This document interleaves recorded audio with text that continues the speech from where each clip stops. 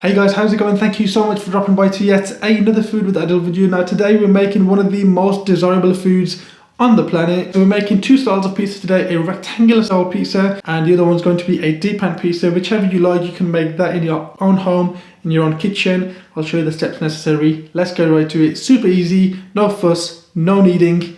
Let's get right to it, mate.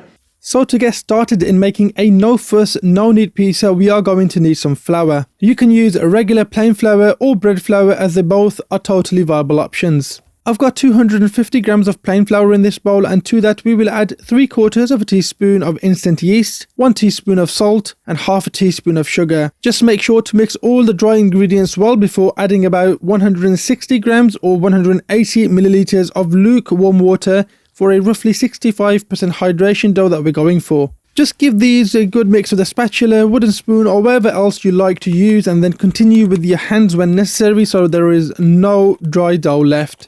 Just like this, perfect. Now get another bowl and lubricate it with olive oil, and then make a nice ball with your dough and plonk it in there, cover it with cling wrap and set it aside for 3 hours in room temperature for same day use, or leave it in the fridge for up to a few days to use at a later point. 3 hours later, you can see the dough has risen and is ready for its final steps. Lightly flour your worktop, drop in the dough mixture and split it in half. Now I'm going to make two pizzas, one on my cast iron griddle plate and second on my cast iron pan. Now if you don't have a cast iron pan, then that's totally fine, as you can make this in any pizza dish or baking sheet. Just remember the time that it will take in those will vary from what it'll take with the cast iron pans. Anyways, moving on, go to your oven and turn it to its max temperature and let it preheat anywhere from 30 to 60 minutes. Now back to the dough, lubricate your cast iron plate, pan or whatever else you're using with olive oil, which will do two things. One is to prevent it from sticking, and second, it will help in giving the bottom of your pizza a crunchier texture. Throw on your dough ball and start spreading it out literally with your hands as far as you can feel comfortable, and get it as thin or as thick as you want it. If you feel there is a lot of resistance from your dough and it just springs back, then that means the gluten in the dough needs to relax. So spread it as far as you can, cover it again with the same cling film or even a wet kitchen towel and rest it for about 30 minutes. When you come back to it after around 30 minutes, just continue spreading and you should notice it's much easier to spread out this time. Once you've got it to your desired size and you're making it on your cast iron plate or pan, place it on a medium gas for 3 to 4 minutes, which will help crispen the base as cast iron takes longer to heat up. While it's on the heat, let's get our sauce ready. So I'm using a raw organic tomato puree that's been sieved. I'm just going to put that into a bowl and add some oregano to it, give it a mix and then spread it out onto your pizza with this basting brush or a spoon or literally whatever you've got. Grate on some Parmesan cheese and then add grated mozzarella cheese, and the amount of this depends on how much cheese you like on your pizza. Just add less or more just depending on what you like. Now put these in the oven and these will take anywhere from 10 to 12 minutes depending on how done you like your pizza.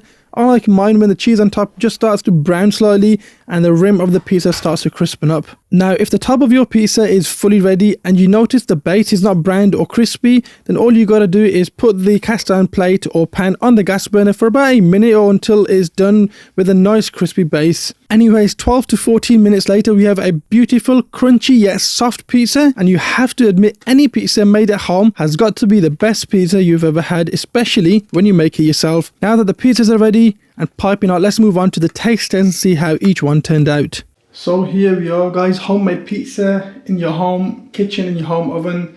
Don't need to go and spend tons of money on outdoor pizza. Look, beautiful crust and melted brown cheese. Bismillahirrahmanirrahim. That round pizza was beautifully crunchy, but yet soft in the middle and just cheesy and tomatoey. Now let's give this square pizza a try again. Beautiful crust on the bottom.